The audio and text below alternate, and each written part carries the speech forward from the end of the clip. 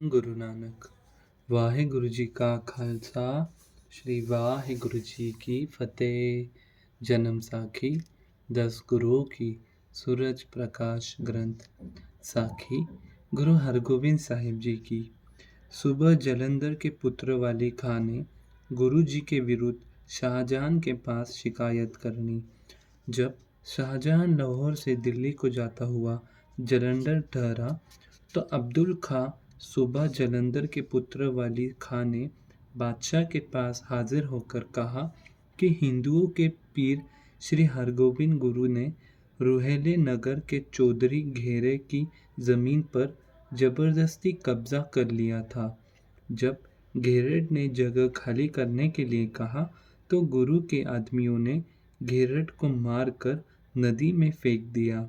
घेरट के पुत्र ने जब मेरे बाप के पास आकर शिकायत की तो मेरे बाप ने गुरुजी को समझाने के लिए 2 आदमी भेजे।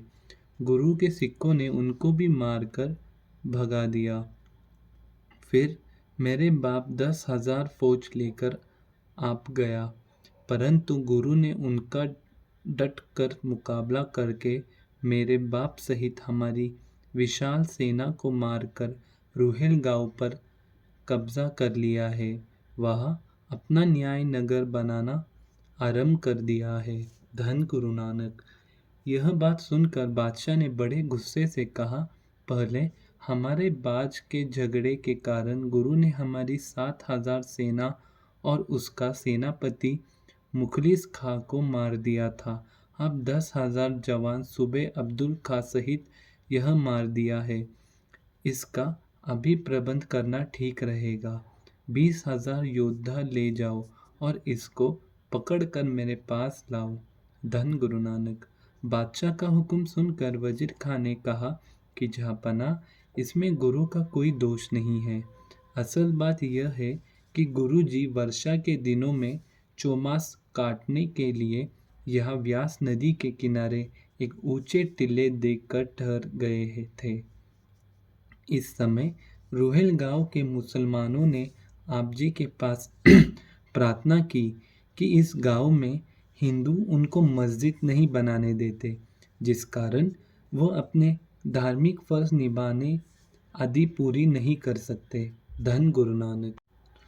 गुरु जी क्योंकि सब हिंदू मुसलमानों के साझे थे, इस कारण उन्होंने मुसलमानों की तकलीफ को दूर करने के लिए रुहेल गांव में एक मस्जिद के बन जाने के कारण गांव के चौधरी घेरड़ ने गुरुजी को आकर बहुत बुरा भला कहा।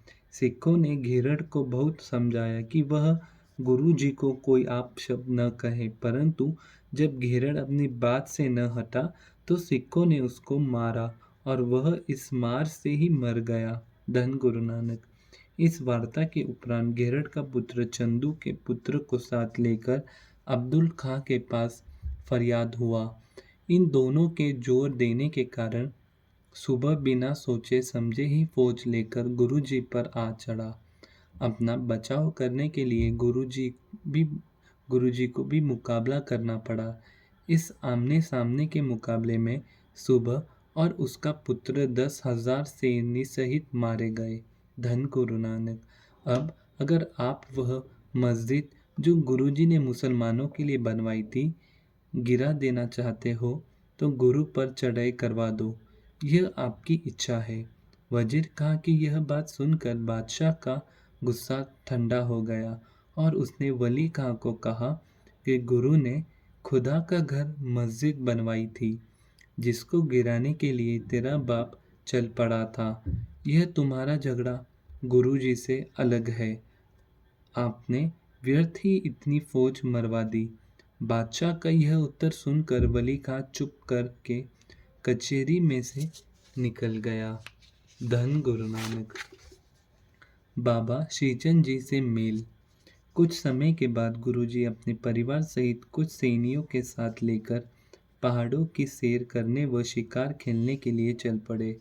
बाबा श्रीचंद जी भी उधर निवास रखते थे। एक दिन गुरुजी बाबा जी के दर्शन करने के लिए उनके डेरे चले गए। बाबा जी ने पूछा, आपके कितने पुत्र हैं? गुरुजी ने कहा, हमारे 4,000 और 5वें अटल राय जी परलोक सिधार गए हैं।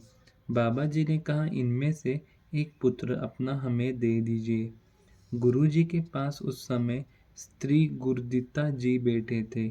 आपने उसको ही बाबा जी को अर्पण करके चरणों में डाल दिया और कहा, आज से यह आपका पुत्र है।